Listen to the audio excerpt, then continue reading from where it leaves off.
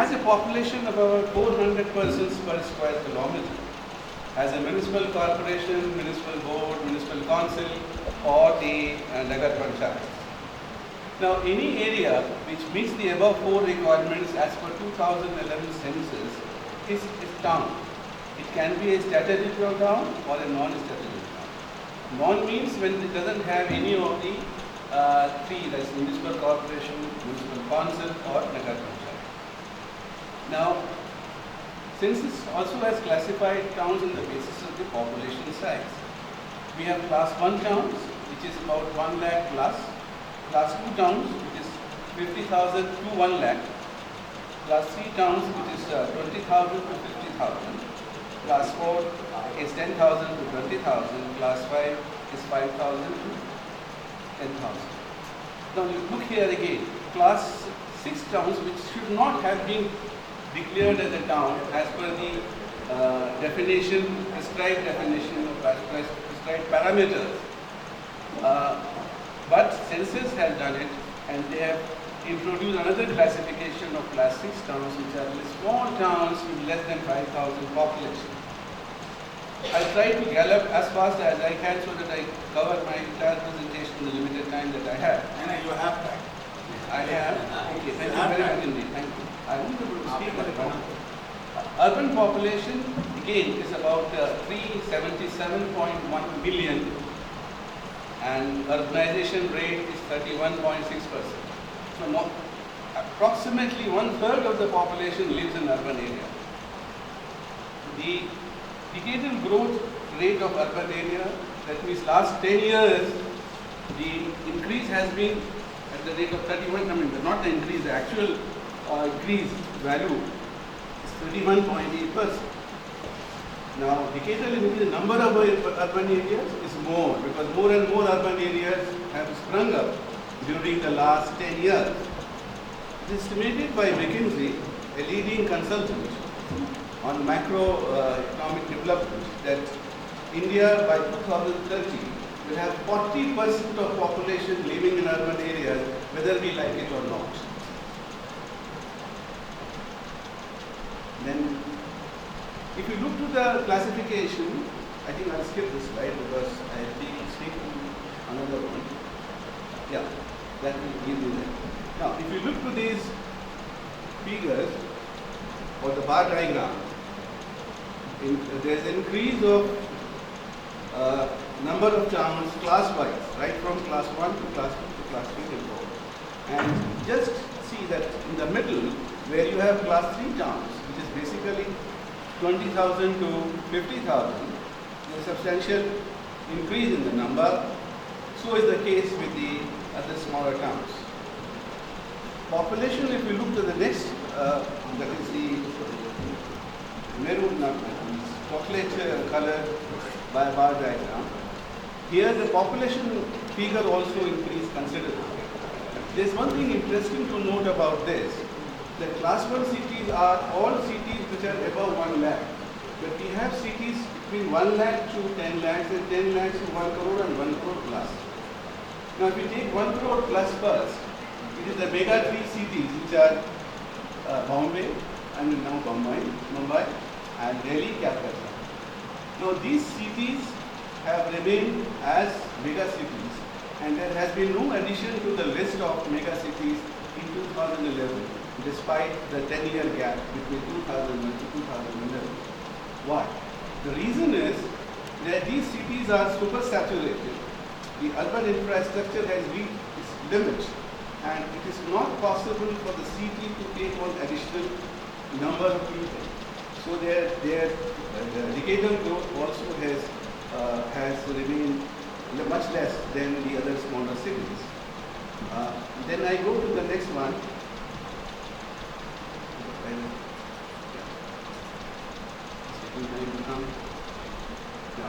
The number of towns which has grown over, the percentage is shown there. I need not repeat all this. So I can go to the population, which I have mentioned already. So it takes some time the figure to pop up. But as I told you, that the growth is much much more in the smaller cities. There's some problem here, I don't know why it's not popping up. Yeah, it's coming. It's coming. It's coming. Now look at this. Look at class 1. Class 1 has the smallest percentage growth in the between 2001 and 11.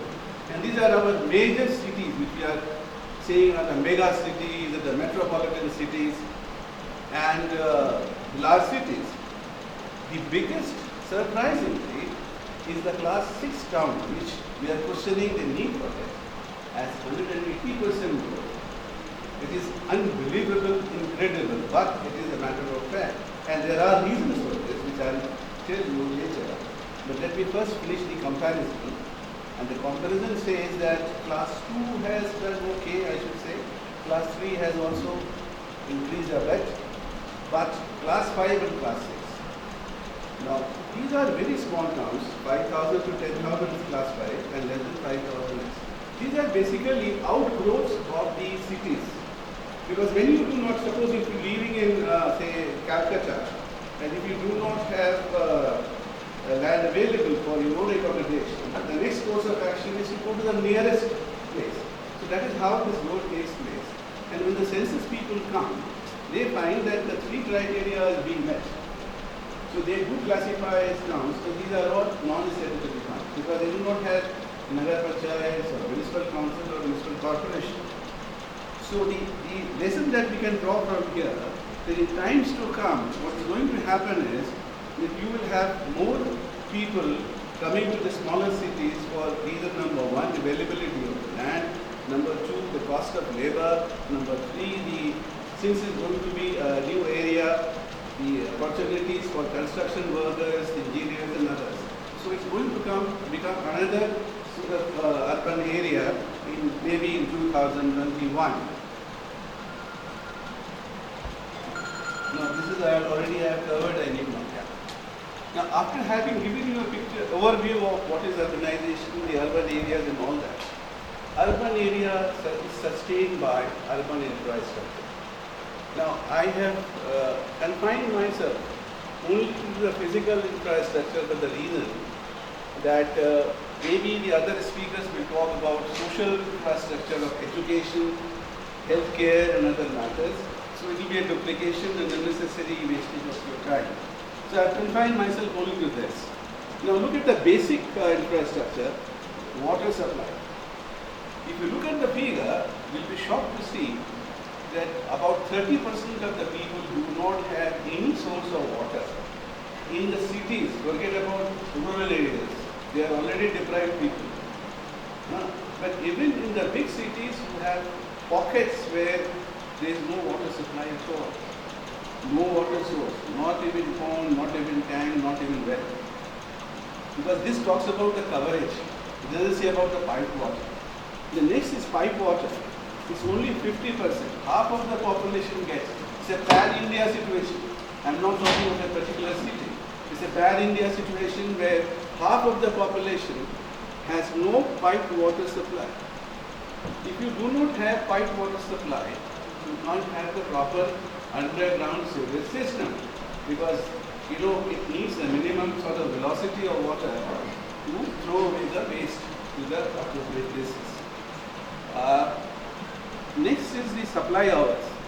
The manual prepared by Government of India, MOU, Ministry of Urban Development, an organization known as Center for Environmental Engineering and Public Health Engineering Organization, says that supply hours should be 24/7. That is, you must be getting regular water every moment of the day or night. But what is the factual position? The supply is limited to 3.1 hours, just 3 hours, 1/8 of what we are supposed to get. In terms of supply hours, you may store water, but you are not getting directly from the supply. Then there is non-revenue water. Non-revenue water, basically the accountants call it, but actually it is a water loss through theft, through leakage, and it is 15% to about 32%, 33% actually, against 15%. The minimum provided by the manual is that 15% should be acceptable as leakage or waste of water and all that. So we get something like 33%. Now metering is done to just ensure that people are receiving water and paying the cost of the water. It's only 13.3%. Now come to water quality. It's 100%. 100%. One may have a feeling that it can't be quantified. How do you quantify a quality of water? What is meant here is that if you have 100 parameters, then only 82% parameters are met. Maybe the important ones like the presence of arsenic and the pollutants are not included. So as a result, what happens? That you get poor quality water, and then the consequences is the waterborne diseases and all that leads to extra expenditure on healthcare. Then we come to the urban infrastructure number 2, urban sanitation. Now if you look to the figure, it's again shocking because we have open defecation till today. About 13% of the households have to go for open defecation. It's a matter of shame and also a matter of concern. That's in the rural areas you still have open spaces where they can perhaps go for open defecation, but that's not right. But in the urban context, it's rather sad. It's not possible to go for open defecation all the time. Now solid waste is another, the wastewater treat, we can only treat about 33% of the wastewater. What happens to the rest? About 67% water goes to the river bodies. That's why you have pollution problems in Jamuna, in Ganga and other river bodies. I do recall that I was working on a project, they used to call Japanese Yamuna, they used to call urban accelerated program. So what they wanted to do was to put up the treatment plants so that the water that is finally flowed in Jammu is not potable, but it is safe. What happened that within a period of 5 to 7 years, all the treatment plants started showing some problem here and there. It became non-functional. And we were engaged as a consultant to understand as to how to not exactly deal with the problem of non-functional, but think of an institutional mechanism which can take into consideration these matters and how to make it function. The next is urban housing. Urban housing is another interesting thing in the sense that we had some surplus housing in the 11th plan period because there was a huge construction going on in cities like Gurgaon and Noida and Ghaziabad and all over for people who can afford 1 crore flat or 2 crore flat or whatever. Now the poor always had disadvantage, and this time in the housing sector also they have the same problem. Basically, the EWS means economically weaker section. Government of India has now defined any household earning up to 1 lakh in this category of economically weaker section, and up to 2 lakh, between 1 to 2 as low income group, which is again, if you look at the last column of this slide, it's about 40% of the people are suffering from housing shortage. Now, the figures I will not say is already there because it's not good to talk about these things now. Let me go to the why is it so that there is shortage of urban housing for economically weaker? Why it is not for the rich? The rich can have anything and everything they want. Now, the official committee has mentioned that unavailability of land. Now, this is something which I have not understood. Because if the land is available for the rich, why is it not available for the poor? Now, coming to this theme of this seminar, is this justice? No, it is not. What are we doing then? Now, Government of India says that we will build up so many houses for them. Now, they did. To be honest, a lot of efforts have gone in that. Even in the last, the flagship scheme of Government of India did deal with this matter. And there were some success stories in Chandigarh which I have myself reviewed as a part of a team which was reviewing the implementation of this program, and found that we would have received some benefit, but it's a drop in the ocean. Magnitude of the problem is enormous, unbelievable, incredible. How are they going to sort it out? It's a huge problem, but nevertheless it needs to be addressed. Now, delaying approval of the from multiple authorities. Anyone who has got some idea of building a house here and running from municipal corporation to the development authorities to the various environmental agencies and all that will bear me out that once having this experience, you will never ever try to make a house of yours. And I had seen this happening in my service life. So I think the only wise thing I did was not to make a house of mine, because that must have cut short my life by at least 5 years. So there is a delay at every stage and corruption at every stage. Why others get it? Because they can reach the palm of those who decide matters. And then they say rising construction costs. Yes, this is a fact. But there are technologies available, and Central Building Research Institute has done a commendable job in this.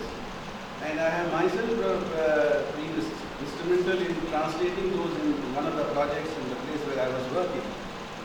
And it did work that way.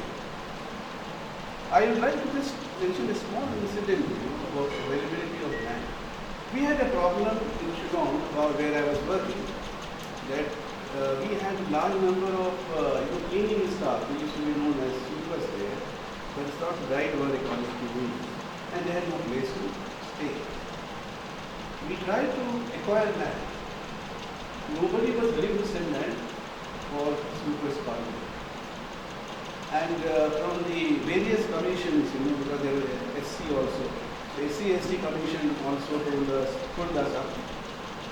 Now, I talked to the chief secretary and I said, I'm going to make some super houses in lower compound, in the official complex of the chief secretary. He was aghast. What are you trying to say?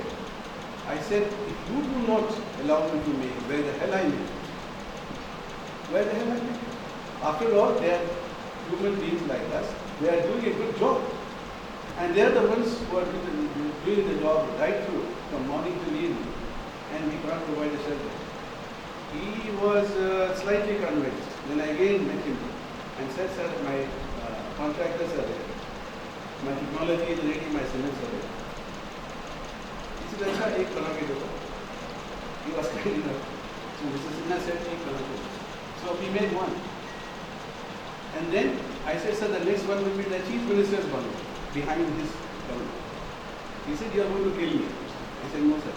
It will be a publicity to the political class, that here are the politicians who really take care of the poor. He convinced him that this will have political advantage to me. It was not my job, it was his job. And believe me, we made altogether about 50 houses, double story, using CBRI technology, saving 30% of the cost. Now, the point is, it is the leaders who have to give land. If I have land, if I am a leader of the locality, I should have some concern. We are talking about corporate social responsibility. This is all nonsense. It's only in the name. CSR is for me and you, not for the man in the street. When it comes to, again, another incident, I was talking to Professor Singh in the morning and doing breakfast. Under Urban Poverty Program, you have a program known as Houses for the Poor, or Livelihood Scheme, SJRY. SJRY is a scheme, and there the bankers are supposed. Oh, I was talking to the banker, I'm sorry. I think it's because of that. So the banker did not agree for the loan, and there was no collateral needed. Believe me, it is in the scheme. The only issue was that, see, those days when I was there, it was only for 15,000 for a small hut with me. And that lady ran at least 5 times to the bank. And on one pretext or the other, come there, come there. Finally, I had sent a message to everyone, whosoever is trouble, please speak to me directly. Don't go through the director and all. I'll handle this. She spoke to me. She said, sir, I'm in great trouble. I said, what happened? Any problem? Yes. The bankers want money. I can't give you. I said, who is this guy? Then they will come back. I will not pay you back. So I spoke to the top manager and I said, look, is this social justice? If I ask for no, you will send 2 officers to me because I hold a position here. When I retire, you won't give me. And that happened exactly with me. Okay? So the point I am making is that it's like this. Bring the plan, I show you the rules. If he comes to me, I'll leave him. Maybe if you come, I will not. Because I'll show another rule. Our problem in the country is we have too many acts, too many rules, too many regulations. As a result, nobody wants to enforce it. Anyway, I am digressing a bit and taking your time. But maybe it was something which I wanted to convey as to how we could, if we think sincerely, honestly, and have a faith that things can be done, it will be done. Surely it will be done. Because there are people like us support and many of such houses which change. Anyway, then the other point was lack of skilled manpower. Now, why is it lack of skilled manpower only for the poor? When they make a flat, they make a bungalow, the same life. And they make for poor. You pay them their wages, they'll be too happy. They may be a shareholder in that house, because they make it one of it. Why not? So look as to what happens on the ground. These are ground realities. And this is, I'm not putting from my side, it's from the publication of the Ministry of Urban Development. I think it was a committee which was set up for the 12th plan, and they were brave enough to point out this. Then they are talking about unlimited financing for developers. Yes.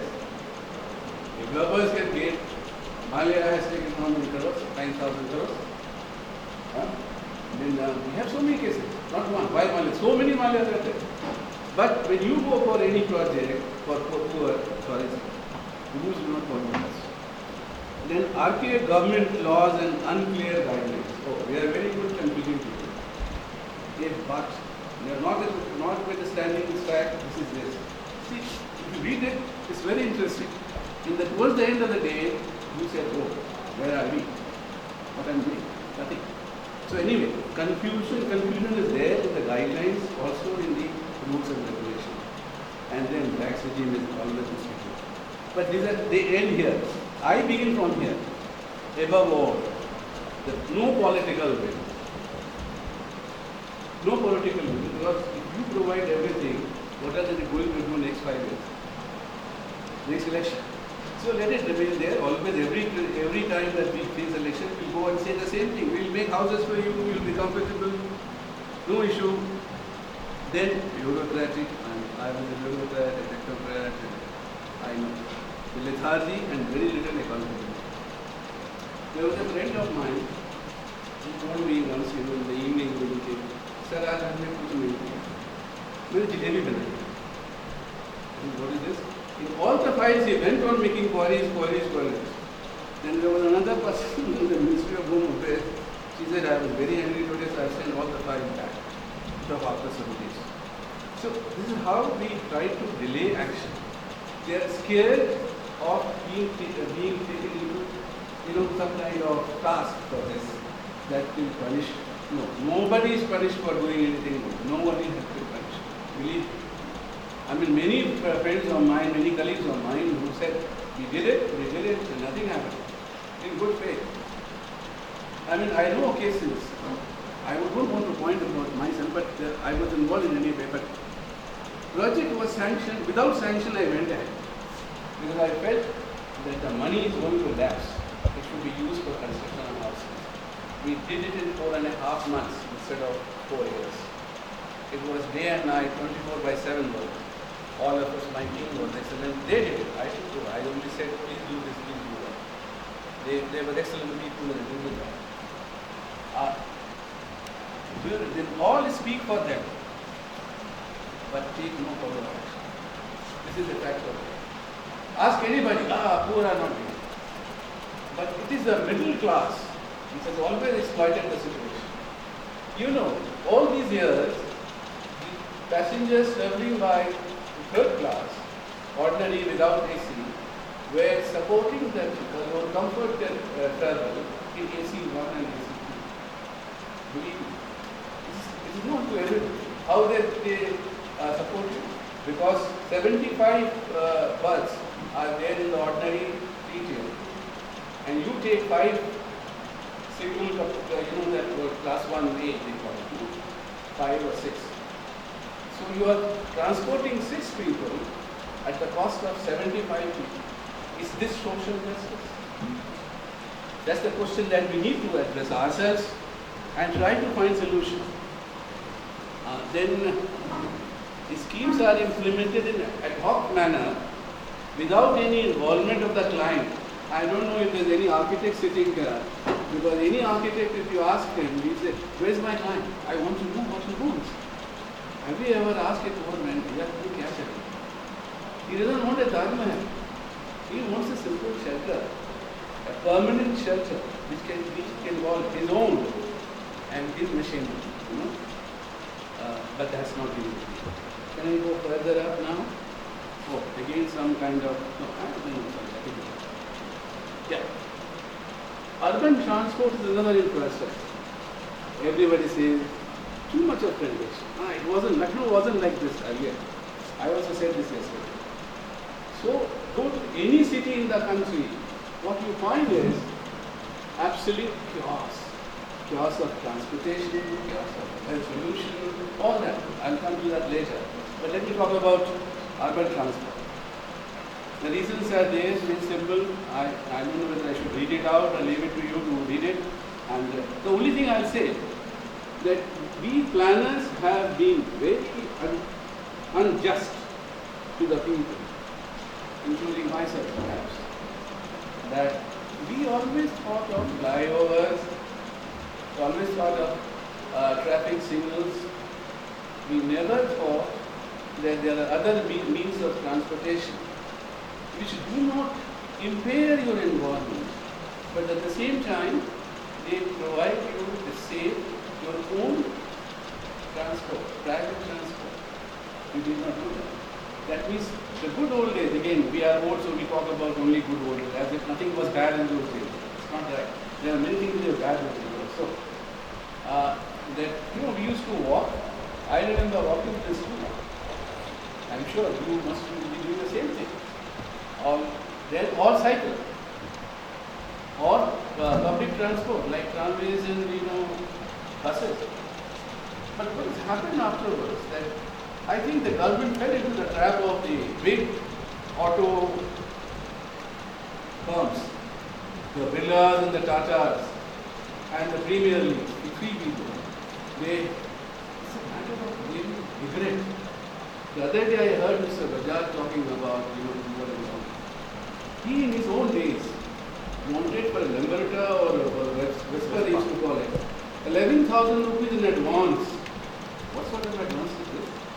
Keeping this money of poor taxpayers in your account and depriving them of the services for 1 year?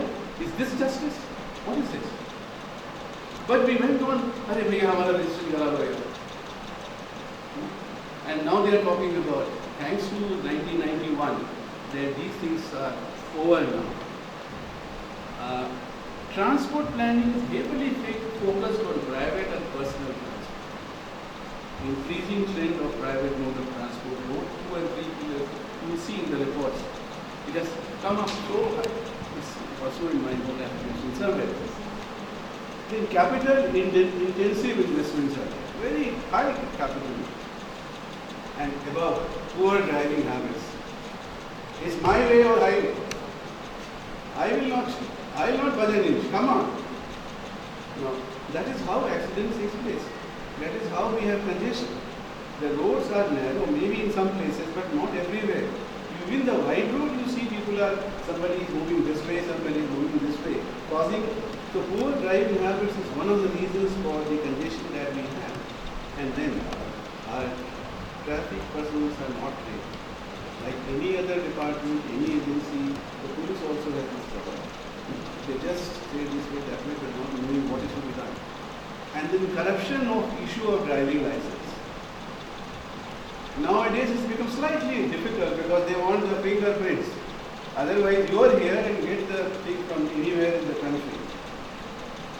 and poor enforcement of traffic rules, increasing trend of road accidents and road accidents. The kind of incident that took place in Delhi recently, killing somebody just for asking for a right of way. Where are we leading to? Inadequate mass transportation. Now here again, metro has become a fashionable thing, like our smart cities. Every city wants metro. Metro is capital intensive. Also, it does not provide the last leg of the journey. Suppose you get down at the metro station, how do you go? Particularly the middle folks who work in the private offices and they come late. Many accidents takes place because of this. So there are some problems in the planning of mass transportation also. And poor last mile connectivity is an issue. Now, power shortage, every city has faced it. The other day I read in the paper that the Union Minister for Power has said that you will have a comfortable summer this time, no power outage. I believe him, because to give the devil the due, he has shown lot of dynamism, he has done lot of good work, and the results are there. I think the shortage has come down in 2014-15 to about 4.7% of the total requirement, which is about 3.6% of the total requirement, and 4.7 during the peak hours. Now that's a good result, I must say, from where we were in 2004, 2005. But it is not only generation. The problem again is in distribution. Like the water leakage and all that, we have huge leakage. So that kind of thing is happening. People just this power theft. Then another issue which maybe something about people who support the farmers may not like it, but I must say that free electricity to farmers. I will say it is simply nonsense in the sense that nothing is free in this world. They have to pay. Now, what are the consequences? If I am a farmer, I will go switch on my pump. It goes on and on and on till there is no power cut, outage is there. What happens that you will use more water than you need in the field. As a result, what is here, you may correct me, that maybe there will be some issue of over-watering and causing some kind of problems with the plant. Now, why it is done? Vote. Gentlemen, ladies and gentlemen, is vote and vote and vote alone. But we are unnecessarily, this is not a bribery to the poor farmers. We are showing them the way. How can I purchase it? Why should it be free? If you don't give free housing, you give only in rural areas, not in urban areas, to poor people. Why are you giving free electricity? Suppose I am a poor, urban poor, and I want free electricity in my house and use an AC by borrowing from here and there. Will you let me do it? No. You say, no, how can you do that? I am an urban poor, right? But somebody, Mr. Masood has gifted me this. If he has gifted me this, I have the right to use it. And it's free electricity. I use it. Why free? Take 10 rupees, 5 rupees, 20 rupees. But for God's sake, heaven's sake, take it. Nothing is free. The moment you make it free, it becomes everybody. I can pay, but I say, I'm a line laga sakta. I'm a fool. I'll take somebody's photograph, all kinds of things. So the point is, in principle, this policy is wrong. Maybe others will say no, but I have a strong feeling that nothing should go to anybody in the country or outside the country, the world across, free of cost. You don't travel free of cost from here to Calcutta to Bombay. You pay for it. Why electricity is not? Then poor management is throughout and slow power reforms. Reforms are not taking place because of a strong lobby. And incidentally, even in the rural area, it is not the poor farmers who get the benefit. It is a person who has 30 acres, 40 acres, or whatever. He has the resources. So what are we doing? We are creating a class. We have already created it. And there is no social justice there either. So my plea is, Forget about anything free in the world. Nothing comes. Nobody gives you a free lunch except Mr. Lucy. Lucy will give us a cake. It is not free. Not free. My God. Okay. The chaos in urban India. What is this chaos? And what is the chaos like? The basic reason for the chaos that we see, apart from what I have mentioned in terms of the deficiencies in urban infrastructure and services, is that our priority for urban area was down the line. I do remember going to planning commission begging for some amount of extra money to carry on with urban life. No, rural less. Now, we created that, it's a single belt about Bharat versus India, rural versus urban. But I for one feel there's nothing versus. We are all one.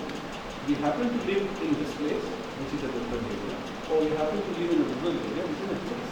Now there's no dichotomy, absolutely no dichotomy between urban and rural.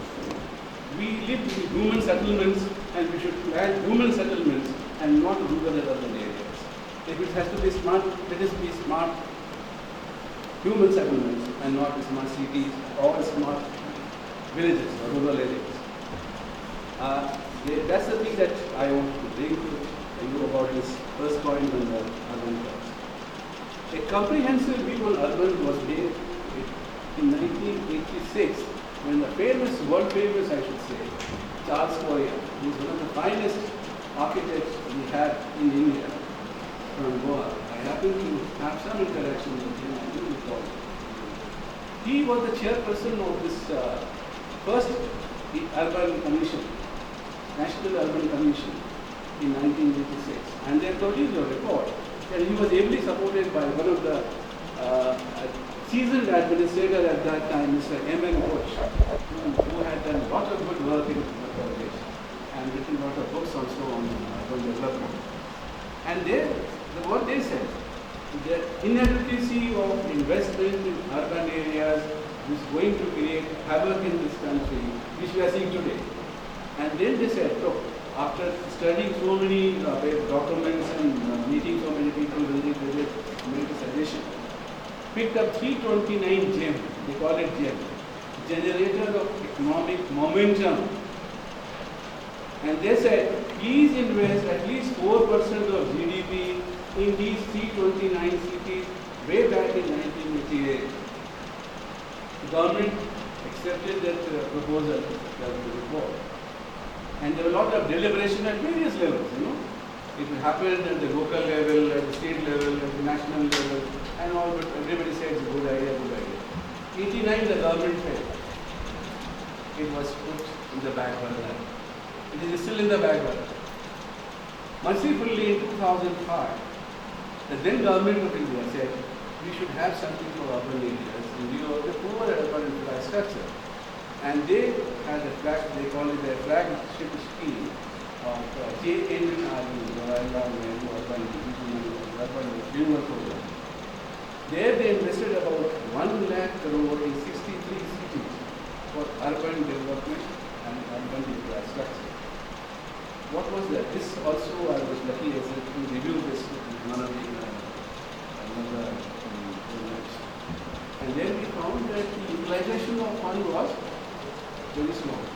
It was almost the mid-year of the time, from 2005 to 2012. Actually, it was 2009, but the Senate did it. So the reason was that they could not utilize the money. Why? Again, land problem, this problem, contractors ran away, some legal disputes on this.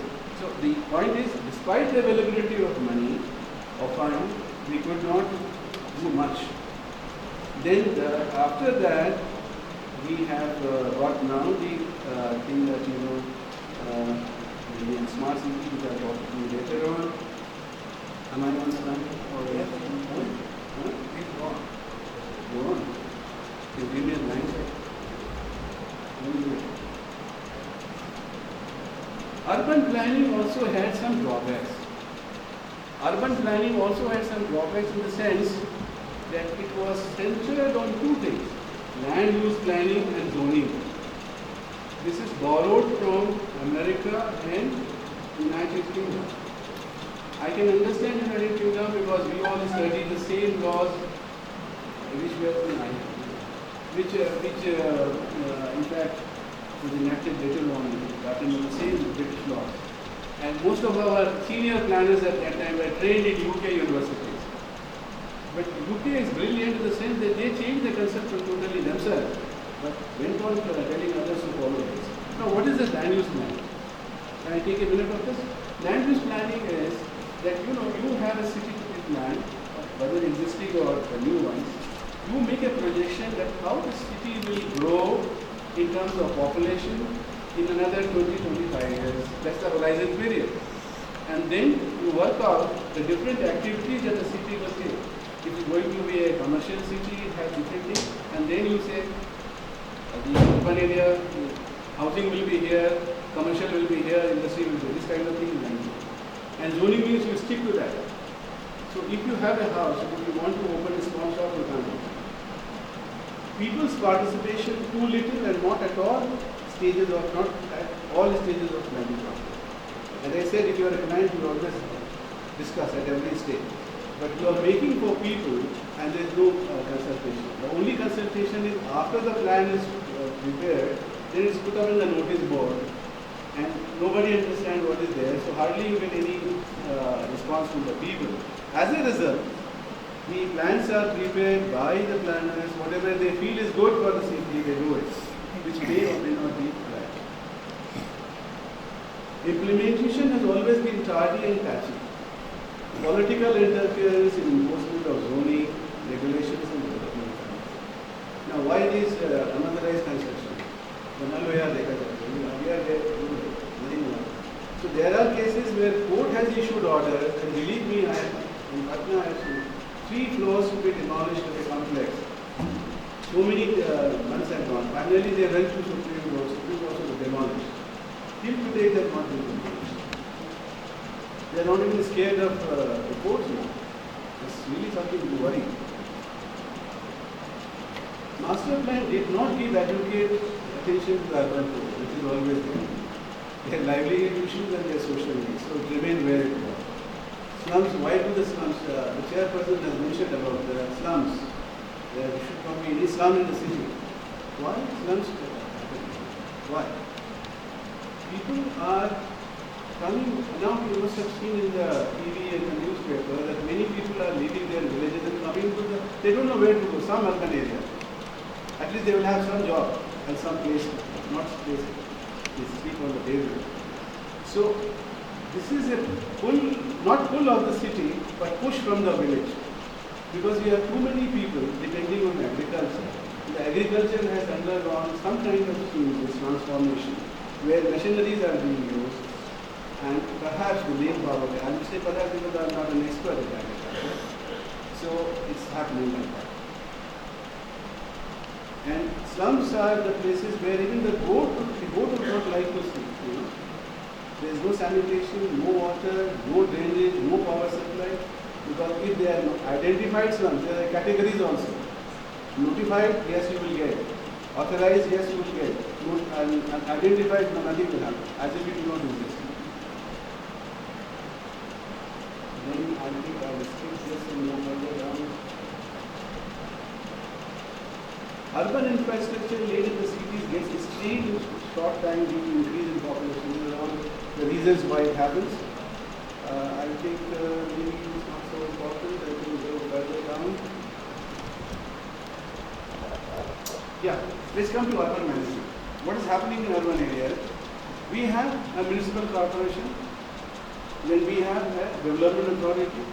Every city would like to have, it's again a fashion, to have a development authority. What does the development authority do? Exactly what the municipal corporation is supposed to do. Okay. The only thing is, it's good for them because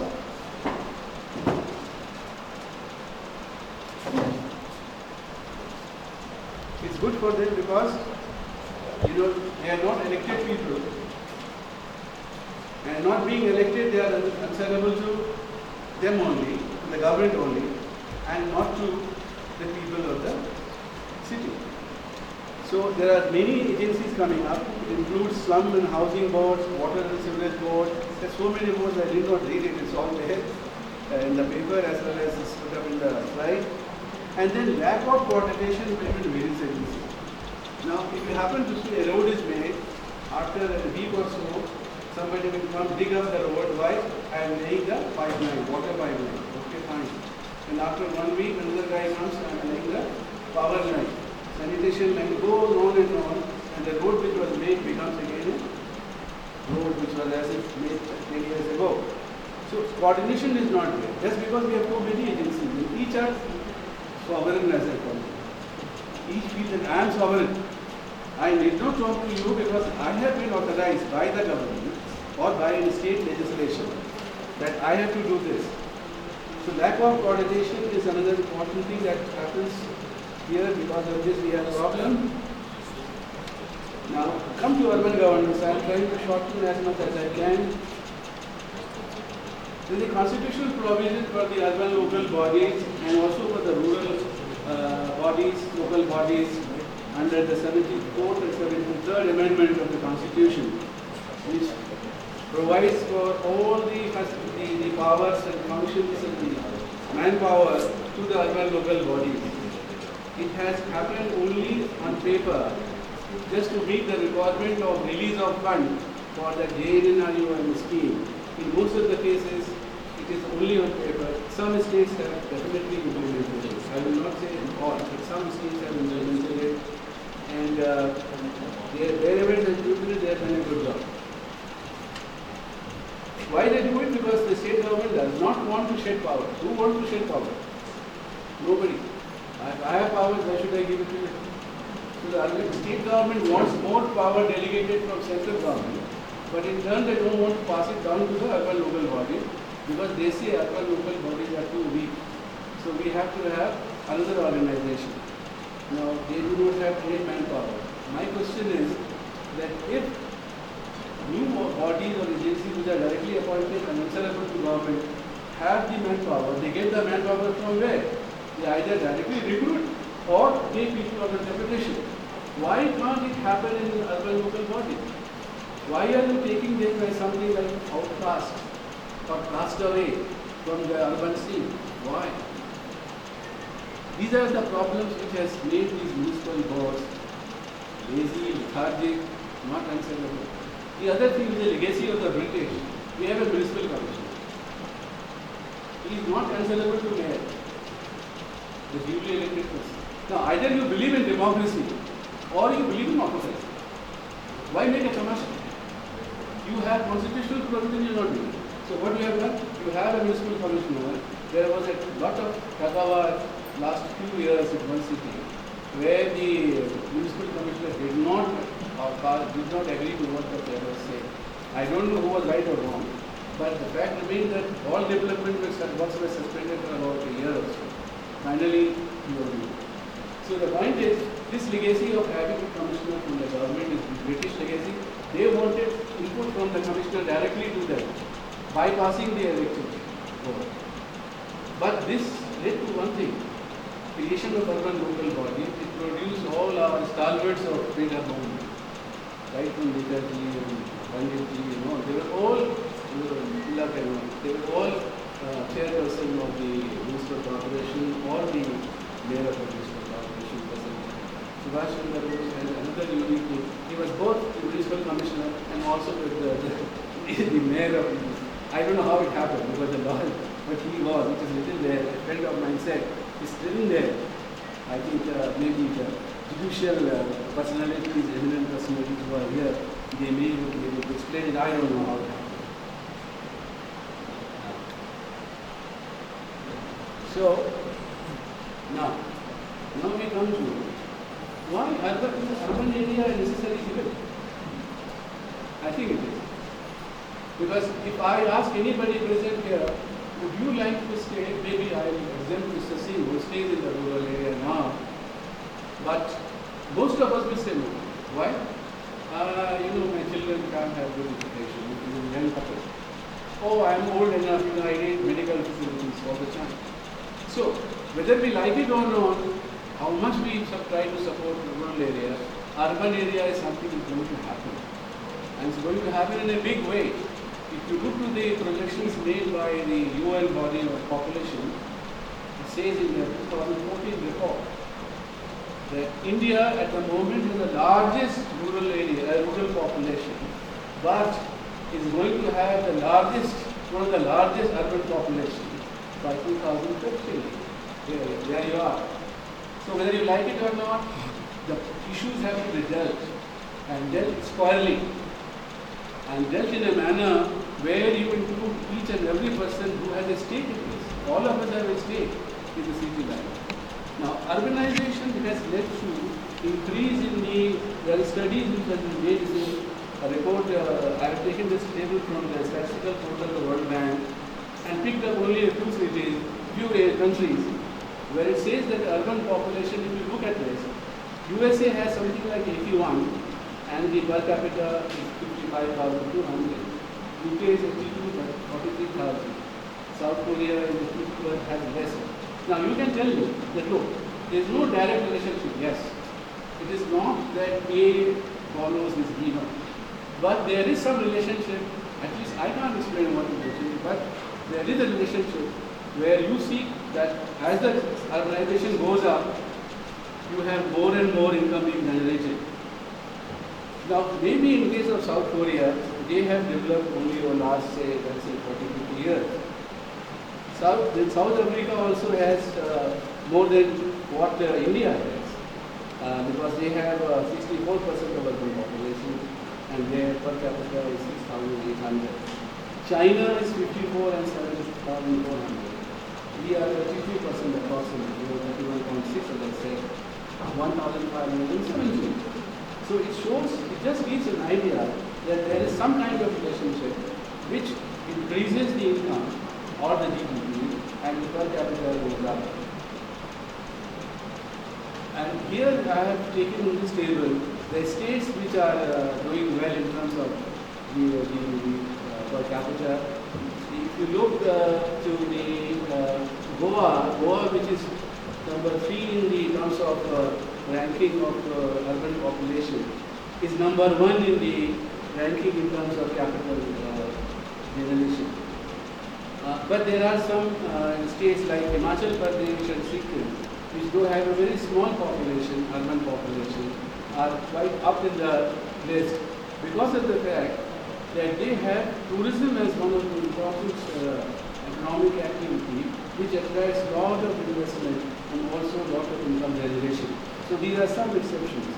But by and large, it has been seen in many studies that there is a relationship which takes the urbanization level to higher level and consequently to higher levels of income generation per capita.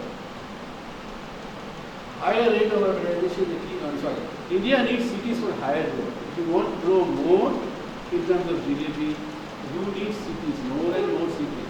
But what sort of cities? Inclusive cities. Inclusive cities are for all the sections of the society. As the chairman said, in the last Pasarika night. And as Mahatma Gandhi said, at least till you have wiped out the tears from the last person. Now, it's easy to say, how do we go about it? Maybe in the course of interaction with you, we will discuss this. Now, we go on with the presentation. Exclusion increases inequality and poverty. That is something which we need to understand. If I exclude you, I do not make you a friend. But if I include, there is a man who includes me. At least I have gone one step closer to it. But the moment you say they and us, it's gone. I mean, it's not visible anymore. Now what we need to do is to bridge this somehow, and how perhaps we can discuss the research with the interaction. All including poor and marginalized, they are involved in all stages of planning and development at the same level. How can it be done? Can I ask everybody in this hall to please tell me what you want your city to be? It will take a lot of time. Imagine about 1 million people I can. I have to have a system by which, we start from the bottom. let us say at the ward level itself, we have a committee which consists of the ward commissioner and the municipal councillor. Yeah. And then to rope in everybody in the ward. I make a plan for the ward. As a technical person, I say, okay, I am here to help you what you want. But please tell me what you want. And then I share this plan with them. Get their plan and the plan of what A is ready, B, C, D. Then simultaneously, technical people, with the help of this input, will make and superimpose their plan at a macro level. Now, there may be some kind of discrepancy or this thing. That can be sorted out by sitting together.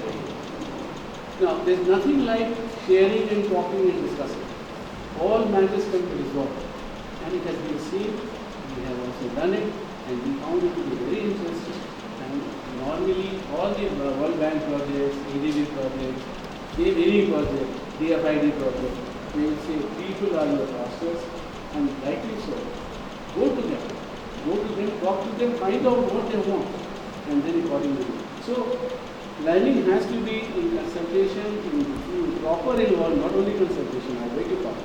It should be to greater involvement at every stage. Yeah?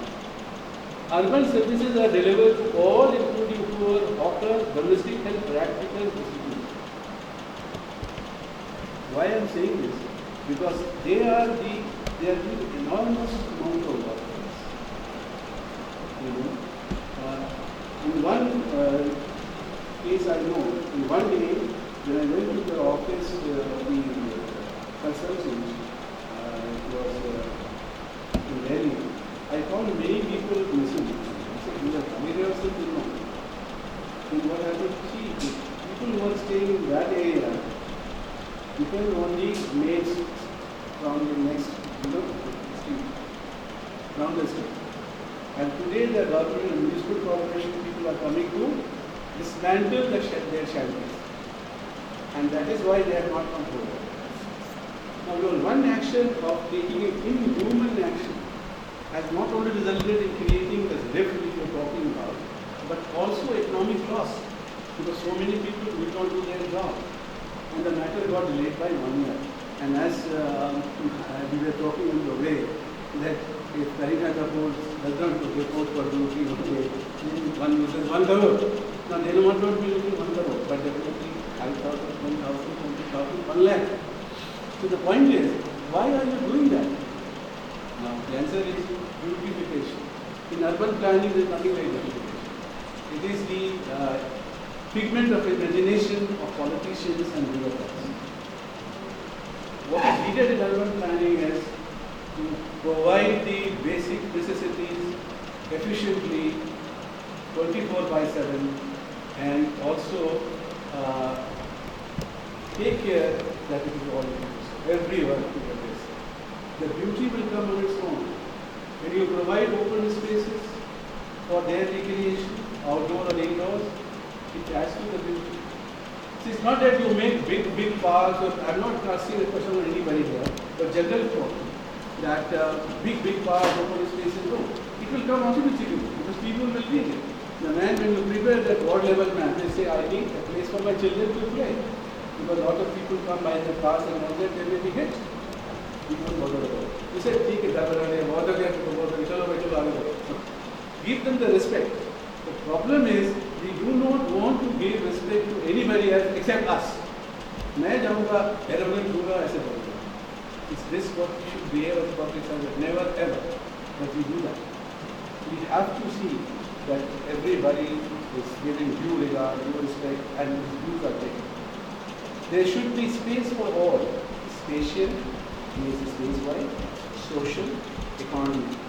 The city growth with equity and justice. This is the thing that we need to do. Now, this is inclusive society. Now, the other word that we must have heard, resilient city. What is resilience? Resilience means the capacity of the system to absorb the shocks of change of climate, earthquake, floods, or natural disasters. In an earthquake, what happens? Your buildings collapse. Why does it collapse? because some of the buildings were not designed. You can do the retrofitting of these old buildings and this will stand up short of the walls. Likewise, flood. You have dried up all the ponds, all the dams, all the wells, the water bodies. So where the water will go? You have built, as you have seen in case of the Chennai, the water course was blocked by development of high-rise buildings.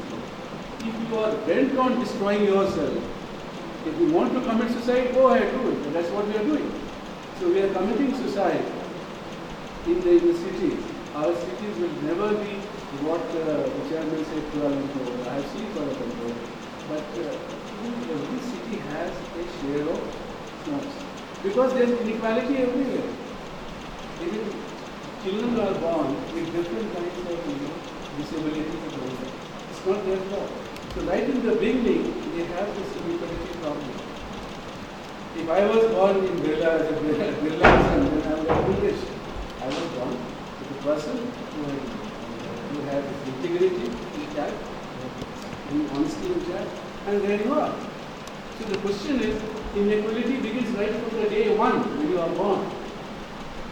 Everybody would like to be born in a family which everybody wants to be rich. But why? That is a separate subject for discussion. But this is the fact. The effect of climate change could be flooding is common on that aspect. Urban infrastructure is so vital for the systems of urban areas is also vulnerable to climate change, which may be floods, already may not repeat it, may go down. Sustainable city, another term is sustainable city. What is this sustainable city? Sustainable city is whatever you create, you can maintain it for years together without impairing the environment. Because if you take away something and do not recover it later on through your investments, it is bound to hit you back.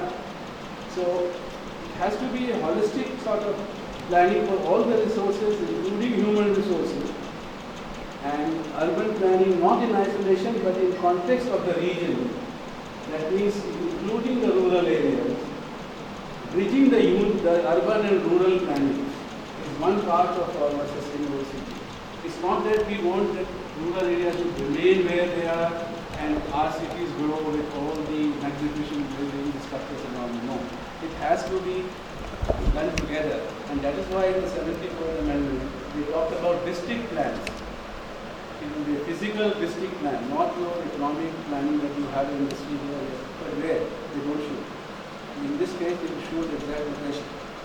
Now, renewable energy and resources are intensively used. Integrating land use and transportation needs. What does it mean? That if you have an office here, if you have houses here, you reduce the transportation needs. If the school is nearby, why do you need a car for your child to go? Or the bus to come and meet? So the point is that if you design in such a way that you have land use and transportation needs linked together, then you reduce the transportation. Imagine the savings in terms of, imagine the in terms of the pollution savings. So everything will follow, provided you go by transportation and land use doing together. Compare development instead of download. Imagine the service lines.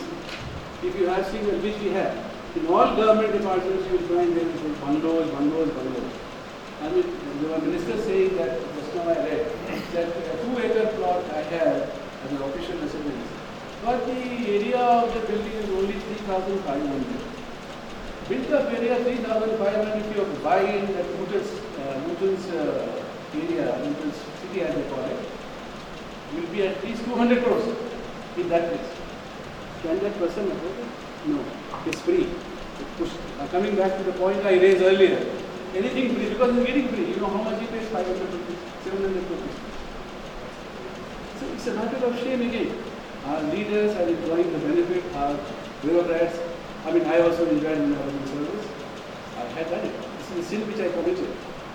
I think it's a sin, not less than that. No development in rural areas where greenery, wetlands are also mentioned. So I think I will now go to the smart cities. It's a flavor of the season, ladies and gentlemen. Everybody talks about smart cities. What is a smart city? The smart cities are all their cities that I have said. Inclusive cities, sustainable cities, resilient cities. So put all this together, we come on the smart cities. Why are they called smart? Have you ever thought of it? We have a smartphone. I was thinking when I was writing a note on a smart city. What does the smartphone do? It communicates with ease. It stores your information. It is available round the clock, 24/7. It is using the most efficiently the energy that is there. So it's doing all that what the city is supposed to do. So if you have, I think somebody must have thought about it, that if the smartphone can work this way, perhaps the cities will also work.